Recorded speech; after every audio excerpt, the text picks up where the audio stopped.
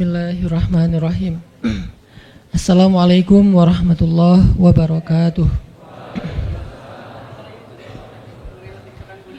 Alhamdulillahirabbil alamin, hamdan katsiran tayyiban mubarakan fih kama yuhibbu rabbuna wa yarda. Asyhadu an la ilaha illallah wahdahu la syarikalah wa asyhadu anna Muhammadan abduhu wa rasuluhu la nabiyya ba'dah.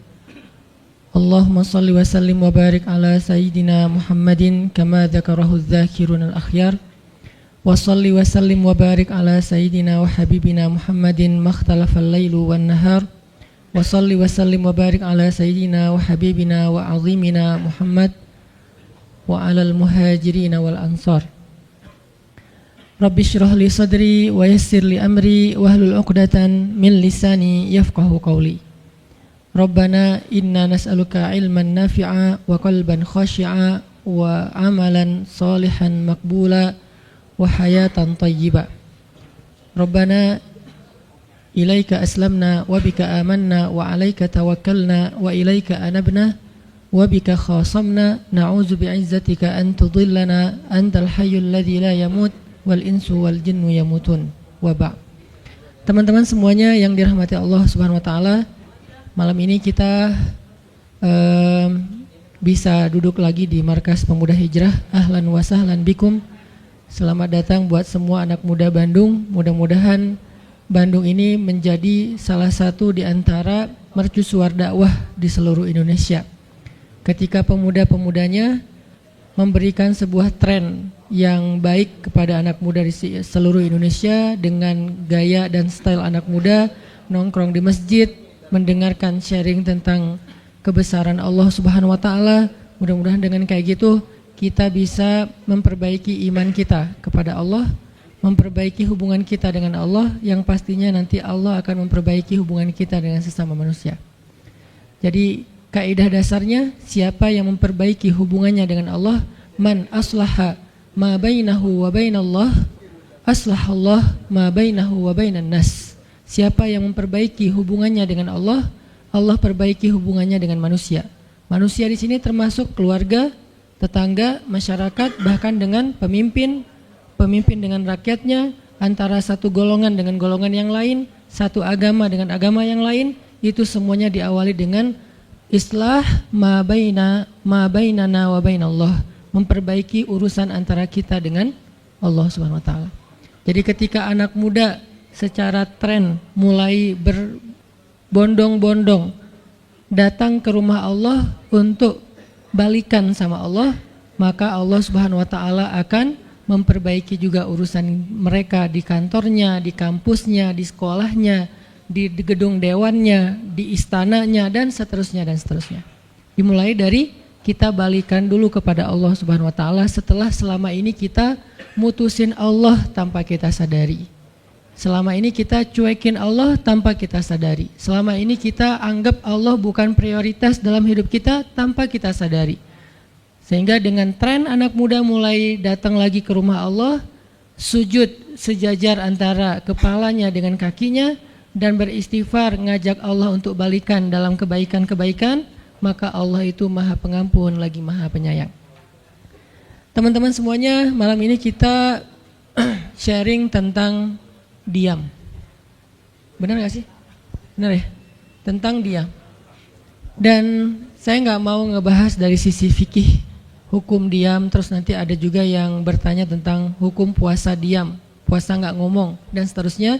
Karena memang dakwah saya agak sedikit menghindari perdebatan fikih.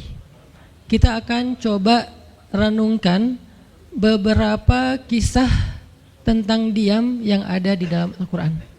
Setidaknya ada 4 apa 5 gitu kisah tentang amazingnya diam itu di dalam Al-Quran. Yang menurut saya nih, setelah saya coba tadabbur beberapa ayat tentang kisah diam ini dalam Al-Quran, ternyata sama, poinnya tuh sama di antara semua kisah, bahwa diam kalau kita lakukan itu tepat dan kita punya alasan yang jelas, maka diam itu akan menjadi jalan lahirnya keajaiban dalam hidup kita. Jadi jalan munculnya keajaiban dalam hidup kita. Banyak orang yang berbicara untuk membela diri. Padahal kalau dia diam, Allah yang bela dia. Kita ngebela diri kadang-kadang gak ngaruh. Karena pembelaan diri kita tuh dianggap subjektif. Tapi kalau Allah yang bela dia, Allah punya banyak cara dan Allah menggenggam hati manusia. Sehingga ketika misalnya kita ribut dengan seseorang, setelah kita menjelaskan duduk perkaranya, kita ngejelasin yang sebenarnya terjadi apa, udah cukup diam dan jangan melanjutkan perdebatan. Kenapa? Biar nanti sisanya Allah yang akan beresin. Nah, ini butuh apa untuk bisa kayak gini nih?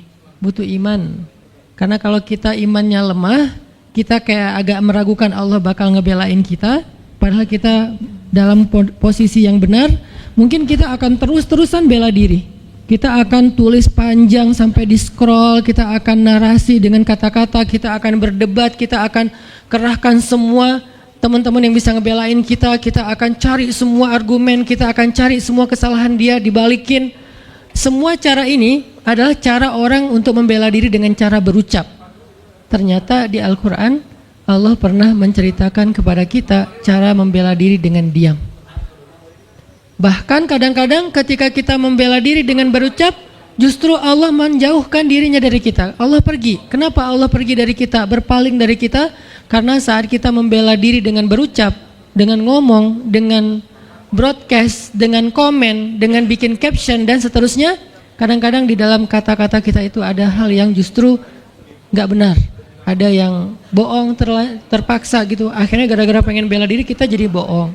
Gara-gara pengen bela diri kita jadi cari-cari kesalahan orang lain. Gara-gara pengen bela diri kita jadi buka aib. Gara-gara pengen bela diri kita jadi melebih-lebihkan sesuatu yang harusnya gak kayak gitu. Artinya justru karena kita berucap, karena kita ngomong malah jadi salah.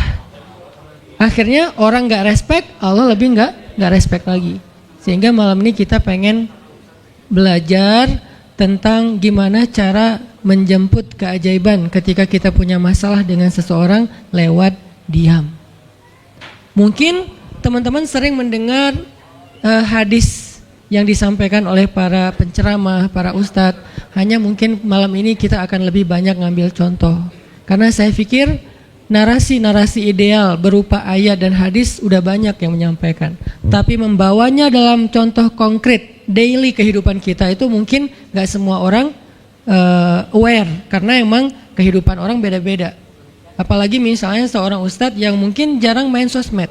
Dia gak tahu masalah di sosmed itu apa. Seolah-olah sosmed itu bukan realitas hidup. Padahal kita tahu anak muda Indonesia main sosmed sehari gak kurang dari 6 jam. Berarti ada 6 jam realitas kehidupan kita yang jarang dibahas dan dibimbing dengan bimbingan agama Allah, Al-Quran dan hadis. Kenapa? Karena realitas ini kurang difahami oleh sebagian guru-guru, oleh sebagian ulama yang mereka emang agak gak terlalu akrab dengan sosmed. Mereka nggak akrab dengan yang namanya Instagram, YouTube, Twitter, Line apalagi. Karena Line ini anak mudanya mungkin ABG banget kan. Jadi agak-agak kurang akrab. Kalaupun mereka pakai itu hanya karena soleh banget kali ya. Karena soleh banget jadi mereka pakainya sebatas sekedar share ceramah doang. Jadi nggak main. Bukan pemain sosmed lah. Sekedar menggunakan sosmed sebagai media panggung ceramah. Udah share. Itu juga kadang-kadang yang nge-share-nya admin, jadi nggak ngulik gimana cara itu kurang ngulik.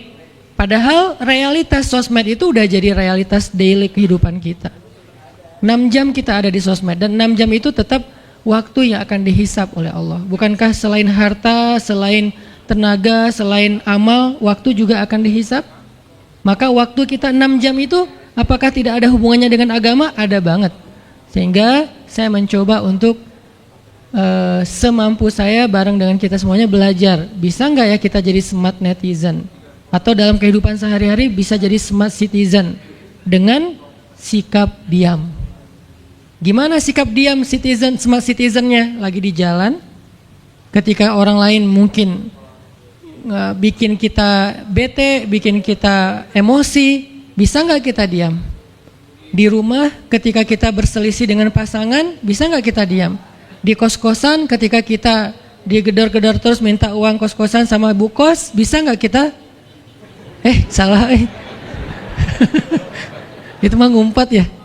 Salah contohnya. Ya gitulah pokoknya. Jadi kita akan coba bahas diam ini dari angle daily kehidupan kita. Karena saya lebih suka kayak gitu biar langsung praktis bisa dipakai. Memang hadis-hadisnya banyak. Salah satu yang paling terkenal, man kana yu'minu billahi wal yaumil akhir falyakul khairan aw liyasmut. Cuman contohnya doang yang beda-beda. Narasinya sama, kontennya sama. Cuman contohnya beda tergantung angle seorang ustadz dan wawasan kehidupan yang dia jalanin. Dia hidupnya sebagai apa? Kalau hidupnya sebagai seorang ustadz yang ada di dalam masjid, mungkin ya contoh-contohnya adalah tentang di dalam masjid, tentang bergaul sesama ustadz, dengan aktivis, manggilnya akhi ukhti. Tapi kalau dia kehidupannya main, berarti dia akan ngambil contoh tentang main, gimana kita biar tetap bisa soleh walaupun kita lagi main, dan seterusnya. Tapi narasinya sama, man kana yu'minu billahi wal yaumil akhir falyakul khairan aw liyasmut. Atau nanti cerita yang lain kata Nabi, yang paling banyak memasukkan orang ke dalam api neraka dua. Satu lisannya, kedua kemaluannya. Ini dua hal yang paling sering menyebabkan orang masuk neraka.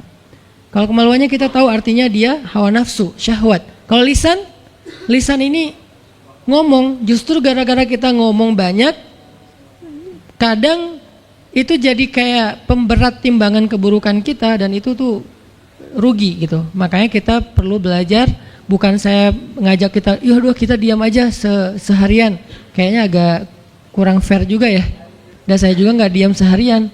Susah kalau untuk diam seharian, apalagi sama keluarga, kan kita butuh ngobrol sama teman. Ya serealistis mungkin dan senatural mungkin. Cuman kalau lagi ada kasus, bisa nggak nih kita diam? Terutama kalau lagi ada kasus. Terutama kalau lagi ada masalah.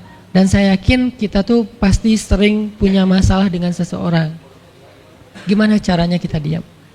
Gimana cara Nabi diam ketika diomelin oleh Aisyah radhiyallahu anha? Ngomel, diam. Aisyah ngomel kepada Nabi, nggak menceritakan aib orang lain, nggak mencela, cuman ngomel karena lagi cemburu. Nabi diam. Beres Nabi diam, baru Nabi nanya, udahan Aisyah? Udahan. Terus Aisyah mau apa? Udah. Jadi nggak didebat sama Nabi. Padahal Nabi kalau mau mendebat, hadisnya banyak banget. Tinggal sesungguhnya saya bersabda, kan beres ya. Udah selesai. Tapi kok Nabi nggak pakai hadis? Kok malah kita yang pakai hadis Nabi untuk mendebat?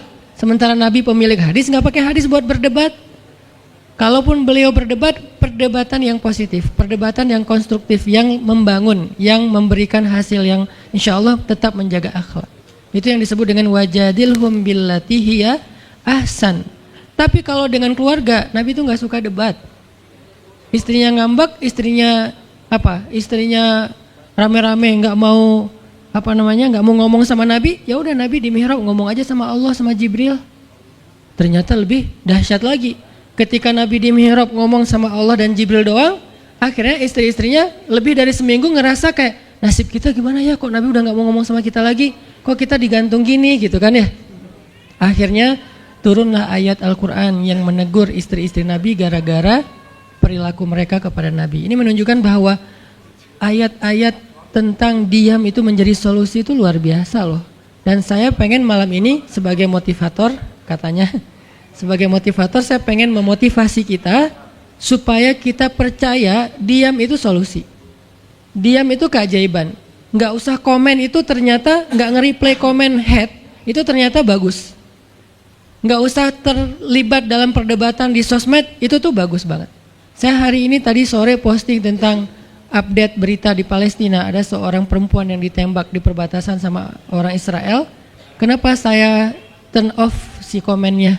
Karena saya tahu ini akan mengundang emosi. Jadi takutnya malah kemana-mana kan, jadi ngomong politik, jadi ngomong apa, mending di turn off aja deh.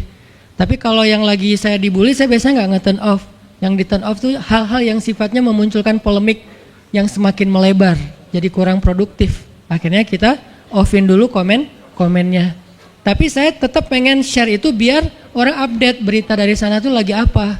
Dan mudah-mudahan saya berharap itu di repost orang banyak, akhirnya jadi minimal membangun awareness masyarakat dunia bahwa Palestina itu layak untuk merdeka. Dari dulu udah layak untuk merdeka sejak mereka dijajah oleh Israel. Itu aja doang sih kampanyenya. Tapi saya nggak mau kampanyenya melebar kemana-mana sehingga di offin dulu aja komennya. Kenapa? Off komen itu kadang-kadang bagian dari diam baik. Ngapain juga kita ladenin komen yang macam-macam, walaupun mungkin komennya itu ada yang kita berpihak sama dia, sepaham dengan dia, ada yang beda, tapi tetap aja saya lihat kadang-kadang komen itu berlebihan, sampai muncul kalimat-kalimat mencela, sampai marah-marah, sampai caps lock tanda seru kan ya. Ini kan nggak nyaman lagi kan kalau udah kayak gini, mending diam. Nah di sini kita pengen belajar, diam itu ternyata ajaib. Diam itu ternyata benar-benar kata orang emas. Diam itu ternyata solusi. Diam itu ternyata pembelaan diri yang paling efektif.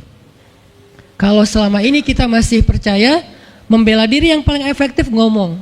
Membela diri yang paling efektif itu bikin postingan. Membela diri yang paling efektif itu bikin caption yang bagus. Membela diri yang paling efektif itu komen. Membela diri yang paling efektif itu minta pembelaan dari manusia. Ternyata mungkin itu benar, tapi ada yang lebih efektif lagi. Membela diri dengan diam. Dan gimana cara membela diri dengan diam sampai mendatangkan keajaiban, itu yang akan kita coba renungkan malam ini. Oke, yang pertama kita akan baca kisah diam di surat Maryam, surat favorit saya. Coba teman-teman buka surat Maryam, surat 19. Di dalam surat ini ada 2 adegan diam. Pertama, adegan diamnya Nabi Zakaria. Yang kedua, adegan diamnya Maryam. Surat 19, surat Maryam, ayat 10.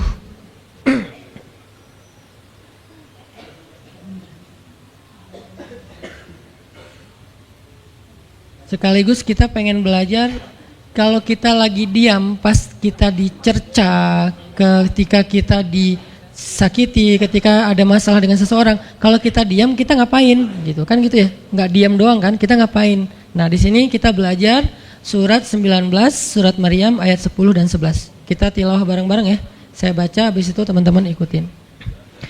A'udzu billahi minasy syaithanir rajim. Silakan.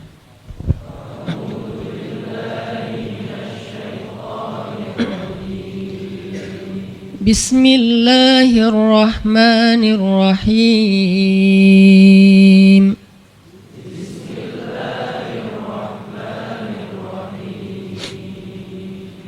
Qala rabbi ij'al li ayah.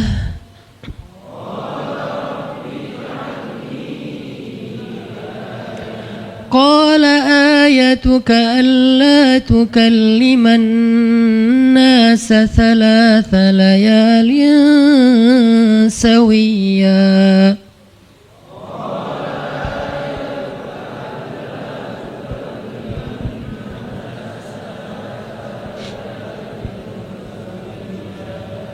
فخرج على قومه من المحراب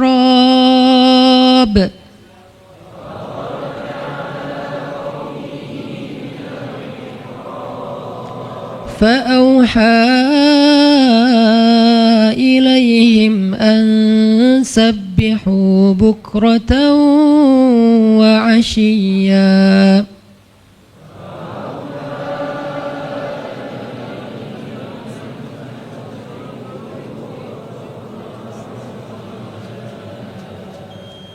Berkatalah Zakaria, Rabbi, berikanlah untukku sebuah pertanda bahwa aku akan punya anak laki-laki. Allah berfirman, tanda-tanda bagimu adalah engkau tidak akan bisa berbicara dengan manusia selama 3 malam berturut-turut. Maka keluarlah Zakaria kepada kaumnya dari mihrabnya dan memberi mereka isyarat supaya mereka bertasbih kepada Allah setiap pagi dan petang. Ini adalah adegan, kita lanjutin sekitar 2 menit sebelum azan. Ini adalah adegan ketika Nabi Zakaria dapat berita gembira akan punya anak laki-laki. Karena Nabi Zakaria berdoa minta anak laki-laki dari sejak nikah sampai usia 80 tahun. Kurang lebih sekitar 50 tahun berdoa. Lama banget, ya Allah beri anak, ya Allah beri anak. Sampai iparnya udah punya anak keren namanya Maryam. Iparnya adalah Imran. udah punya anak, keren banget, cewek, solehah, dari kecil udah beribadah di Masjid Aqsa. Zakaria masih minta anak, ya Allah, ya Allah, ya Allah. Sampai puncaknya Zakaria ngelihat Maryam dapat makanan dari langit. Zakaria datang ke mihrab Maryam, terus di situ udah ada makanan yang bukan dibawa oleh Zakaria. Zakaria nanya, "Anna laki hadza ya Maryam?" Maryam dapat dari mana makanan ini? Kata Maryam, "Huwa min indillah," dari Allah, kata Maryam. Gimana caranya? Kata Maryam, Allah punya cara sendiri. Allah yarzuqu may yasha bighairi hisab. Terserah Allah gitu. Masya Allah, Masya Allah. Zakaria kagum sama Maryam, langsung pergi ke mihrabnya Zakaria, sholat. Dan di dalam sholatnya Zakaria berdoa, hunalika da'a Zakaria rabbah. Di saat itulah Zakaria benar-benar nangis berdoa kepada Allah, ya Allah, Rabbi habli min ladunka dzurriyyatan thayyibah innaka sami'ud du'a. Ya Allah, beri saya anak seperti dia, seperti Maryam. Engkau maha mengijabah doa dan saya enggak pernah berputus asa meminta kepadamu. Udah 50 tahun lebih. Tiba-tiba Allah bilang, ya Zakaria, inna nubasyiruka bi ghulam ismuhu Yahya lam naj'al lahu min qablu samia. Zakaria, sekarang kami akan perkenankan doamu, kamu akan punya anak, beri dia nama Yahya. Belum pernah ada anak seperti dia yang soleh di muka bumi. Zakaria kaget, walaupun doa, tapi beliau masih berpikir kayak, gimana caranya saya punya anak? Ini kayak tarik-tarikan antara logika manusia dengan iman. Imannya percaya Allah Maha Kuasa, tapi logikanya gimana caranya? Istri saya sudah tua, saya juga udah tua. Lalu Nabi Zakaria bertanya untuk biar lebih tenang, supaya logikanya nggak ragu lagi. Kalau imannya udah mantap, tinggal logika. Zakaria tanya, beri saya ij'al li ayah, beri saya bukti tanda gimana cara saya punya anak. Kata Allah, tandanya alla tukalliman nas salasa layalin sawiya. Kamu tiba-tiba nggak bisa ngomong. Kamu sehat, kamu nggak punya masalah, tapi kamu nggak bisa ngomong. Mau ngomong tuh gak bisa. Kamu bisa tilawah, kamu bisa zikir, tapi kamu gak bisa ngomong. Bisa subhanallah, subhanallah, subhanallah. Bisa alhamdulillahi rabbil alamin. Gak bisa. Jadi baca Quran, kalau ada Quran, tapi dulu kan Taurat ya. Baca Taurat bisa, zikir bisa, hayya ala sholah, kalau azan ada azannya bisa. Pokoknya semua bisa kecuali mau ngomong tuh gak bisa. Masya Allah ya, luar biasa. Kenapa? Karena Allah pengen Zakaria zikir aja 3 hari. Jangan ngomong dengan manusia walaupun ucapannya baik kecuali zikir. Jadi kalau mau ngomong dengan manusia, subhanallah, masya Allah, alhamdulillah, bismillah. Cuman gitu doang ngomongnya. Gak bisa, lu mau kemana? Gak bisa. Insya Allah gitu. Jadi cuman bisa zikir. Saking Allah pengen Zakaria menghabiskan 3 hari sebelum Allah tunjukkan keajaiban hanya dengan berzikir. Apa poinnya di sini? Kalau kita pengen ada keajaiban dalam diam, maka isilah diam kita dengan zikrullah. InsyaAllah nanti kita lanjutkan setelah sholat isya. Bismillahirrahmanirrahim. Teman-teman semuanya, kita lanjutkan tadabbur kita terhadap ayat di surat Maryam, ayat 10 dan 11, kisah keajaiban yang diperoleh oleh Nabi Zakaria alaihissalam. Dengan Allah anugerahkan untuk beliau anak yang super duper keren luar biasa yang bernama Yahya alaihissalam. Dan salah satu cara Allah Subhanahu wa taala mendidik Nabi Zakaria untuk menjemput keajaiban itu adalah Allah menyuruh Zakaria untuk diam dan mengisi diamnya dengan zikratullah bukratan wa asiyya, mengingat Allah pada waktu pagi dan pada waktu petang. Artinya diisi dengan zikir.